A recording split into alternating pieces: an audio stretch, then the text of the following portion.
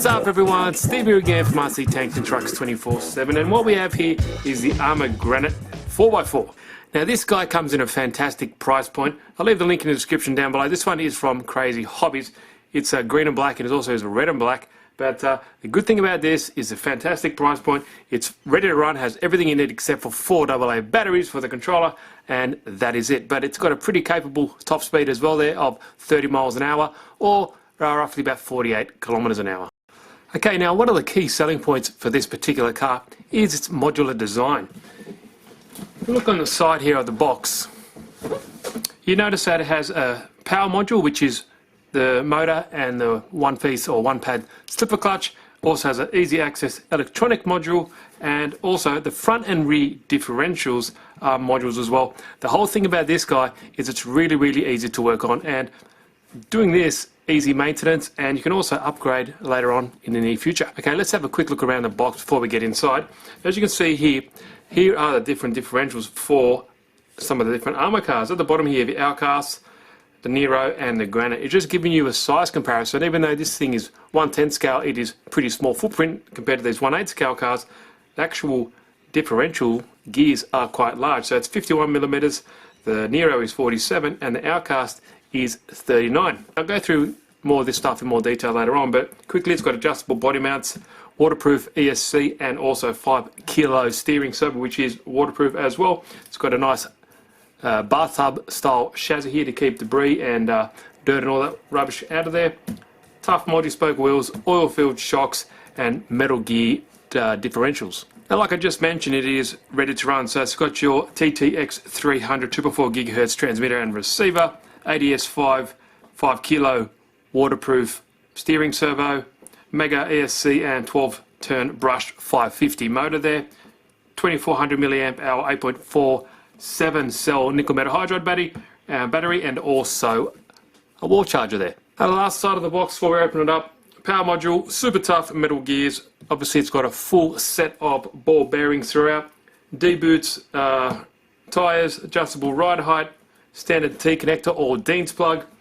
Like I mentioned just previously, 12-turn brushed motor, double wishbone suspension, which is obviously front and rear, and the 7-cell nickel metal hydride battery. But that's enough of that. Let's go see what you get inside. Sweet. Now I think the color combos look awesome. There's a red and black and the green and black one, obviously, that I have here, and I think they've done a really good job, especially with the price point. I think ARRMA are kind of creating some really big waves within the RC market, so I'm glad they're on board and pumping out some of these new and exciting cars at decent prices.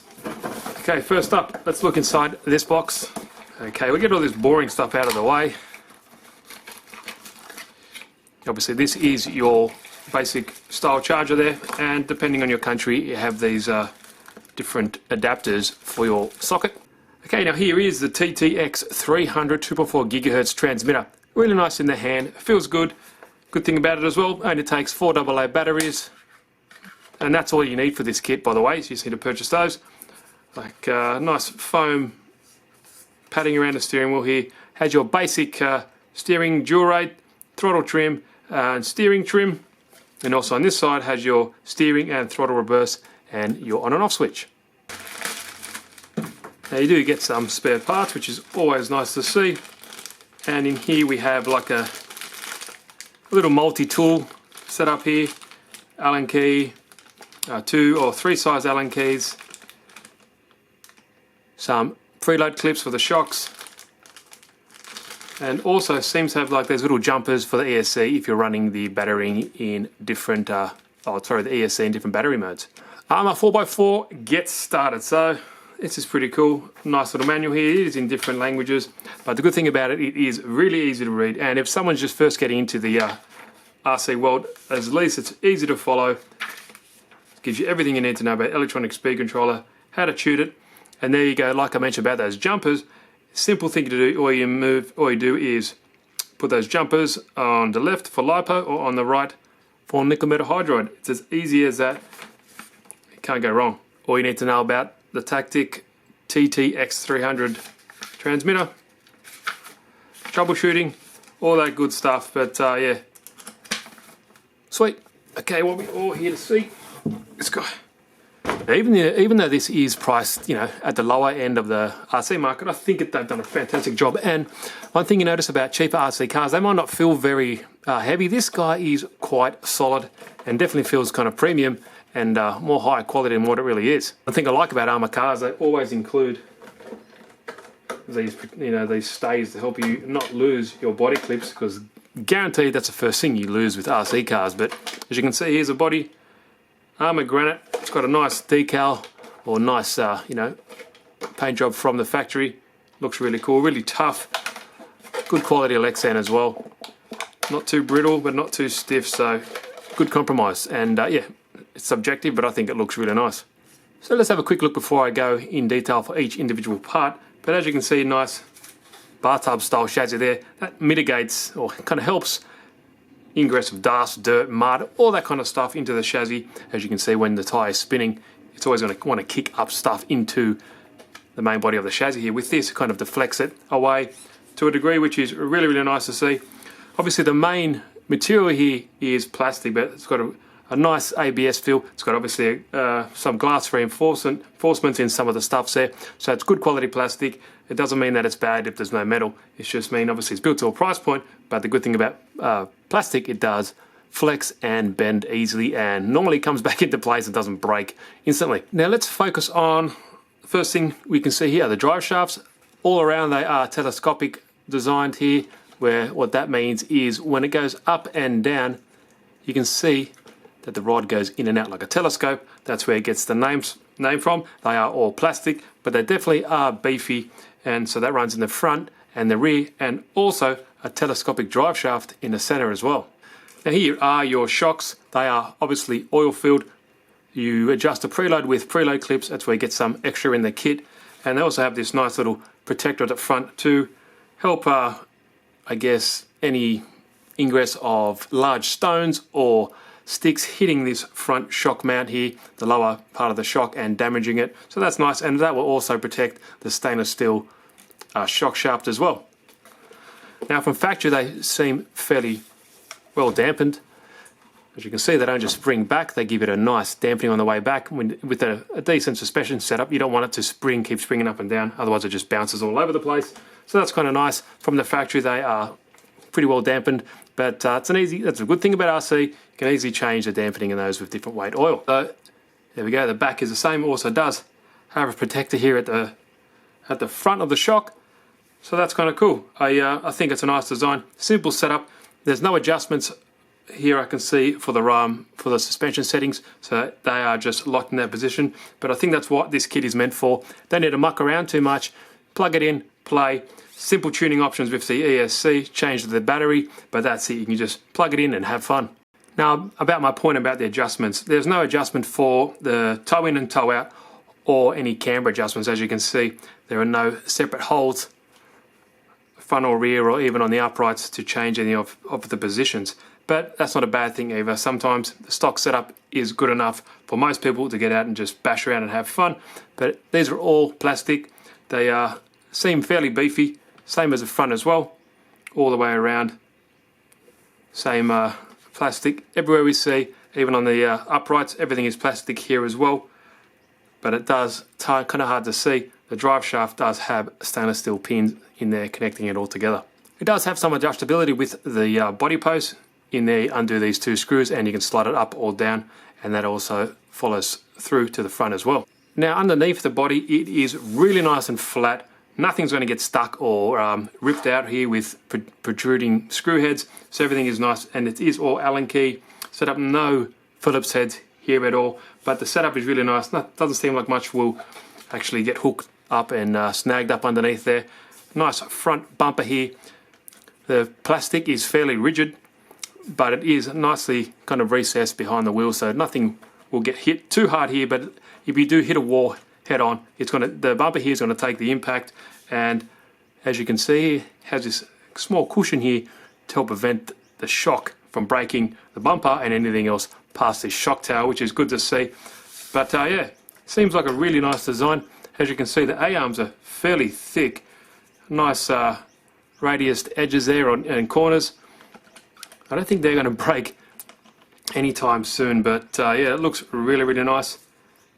Sweet setup here. Obviously does have aluminium pins, what's that called, to hold the pins together, the front and rear.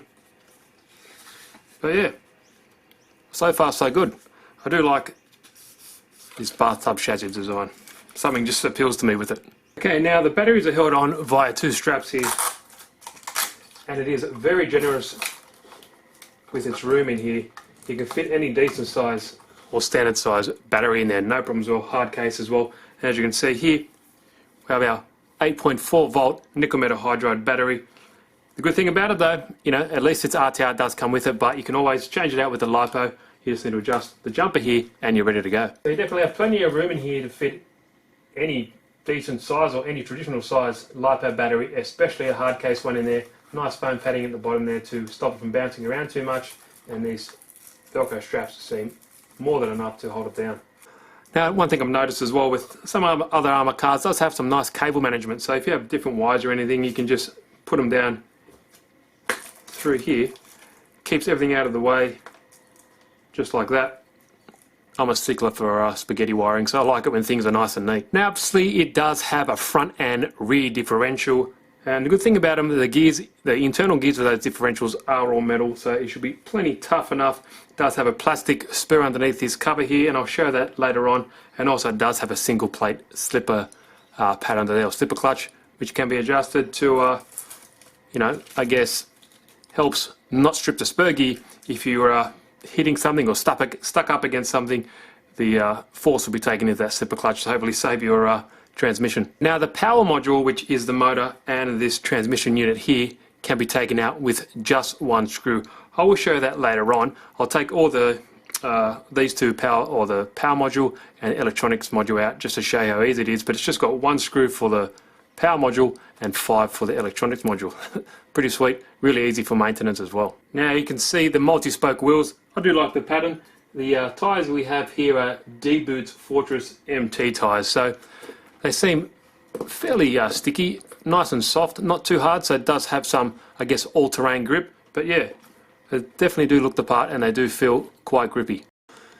Now you notice all the plastic here for the shock towers and the front and rear, I guess, chassis braces are all plastic, but from looking at them and just feeling how thick they are, I definitely don't think there'll be a problem with this guy withstanding the punishment that you're going to give it. And the good thing about it, like I mentioned, you can just easily upgrade to a LiPo setup and even a brushless motor in here, and I don't think there'll be any issues with this little guy taking the punishment from it, because I do see more. It just seems really well built, straight out of the factory. And yeah, simple or basic steering system there, nothing out of the ordinary there. So here is our brushed 12-turn Mega motor. I gotta love marketing. And the whole benefit of this guy, with one screw you can take this whole power module out. So let's get cracking on that. Okay, now how to remove this is really cool, and hats off to the engineers at ARRMA for thinking about this. You might notice that I said before that there was a telescopic drive shaft in the middle, and you normally think, well, why, there's no real movement there. Well, here's the thing. Once you remove the one screw out of the bottom, which is just this plain little countersunk Allen key, what you do is you pull this back. As you can see, it's sprung mounted, so that's why the telescopic part here, so you can push this back. That screw is just here. Now what that does, it has this little section here which you slide that once that screw is removed, and you'll notice here it says pull. So all you do is you pull this guy up and slide forward, and the whole motor module can come out just like that. Really, really easy. That is a really great idea, and it's just got basic bullet connectors here. So there you go. So the spline is just there, and that just fits on like that. As you can see, some metal components there. There's your pinion up in there. Really interesting. I really do like that idea. Nice basic tub style chassis there, and some more little cable management system down there as well to keep it all in check and nice and clean. Okay, here is your power module out of the kit, and as you can see, all the pinion and the spur gear is enclosed in this plastic shroud, and it's held together by these three screws. Super easy. You just pull this guy off, and then you can see your slipper clutch, your main spur gear, which is plastic, and also your pinion gear, which is a 14 tooth setup there. As you can see, there is your slipper clutch, so you can adjust it here. And what is also interesting, to get the perfect mesh, you can also change the setup, as you can see, of your motor. So it's in the 14 tooth position here, but it can go 15, 17, 27 tooth as well. So that is cool. I really do like that design. I think this kit is made for the newbies and the people that just wants less hassle and just a lot of RC playing time. This is really cool. I like the design. You won't get much rocks and crap getting stuck up in the spur gear and pinion here to ruin the spur, but that's a pretty cool touch. I think that's a sweet design, and all you need to do to put it back together is use the included 3 screws, button those bad boys up, and you're ready to go. Okay, we have it all buttoned up, ready to go back in the truck. So it's going to be as easy as putting it back, well, as you pull it out, to put it back in. So all we need to do, we use our center drive shaft there, as you can see. Big pogo stick. So to put it back in, it's super easy. Obviously, you want to get your telescopic drive shaft, put it into the front spline, attach it to the center one here, put it back in, compression fit, with a spring, and there you go, push it back onto the rear differential there, and you are good to go. And obviously, this part here is all that is needed to secure it back up. So that just slides into position just like that. It won't go any further. You're ready to go. You get your single screw and you put it in there just like that. I don't know, I've never seen a system that easy to remove the motor. Done. That's it. In there, nice and tight, and with perfect mesh. Now it's just as easy to remove the electronics module as it was the power module. All there is 5 screws. So you have 1, 2, 3, 4, and a 5th one holding the steering horn to the steering mechanism. And once that's done, the whole thing just pulls out, just like that. And there we have our electronic speed controller and our 5 kilo fully waterproof steering servo, and it is fairly quick for a ready to run kit at 0.12 lock to lock. So that is pretty fast at 6 volt. As we see there, it's ADS5 5 kilo waterproof steering servo. Now I mentioned before how you can adjust the different settings on this electronic speed controller just by using these little jumpers here. You can change it from being reverse on or off, or your battery mode being LiPo or nickel metal hydride, as you can see here. And all you do is get that jumper, and currently it's in nickel metal hydride, lift it up, pop it into the LiPo one, and that's it. Fully waterproof, so you don't have to worry about getting anything wet. The whole kit is waterproof and yeah, ready for all conditions. But that's a really great little idea as well. And yeah, it's fantastic for maintenance and ease of upgrading things, so that's pretty cool. Now with the electronic module out, we can see a closer look at the steering mechanism. Basic design there. I can't seem to see a servo saber in there at all, unless it's built in to the servo horn itself, and yes, it is right there. It looks like it does have a servo saver built into the actual steering horn of the servo itself, so that's pretty cool. You won't damage it if you hit a large rock or something like that. So yeah, there we go. Nice simple layout. Everything is really well laid out, actually, to be honest, and I don't see any negatives with this kit. I like the fact that it's modular, it's easy to work on, it's a good value for money, it's easily upgradable. You can always, if you want a brush setup, you can just pop a LiPo in there, give you much more performance. But if you want, you can also change your ESC, simply change that motor, and you are good to go.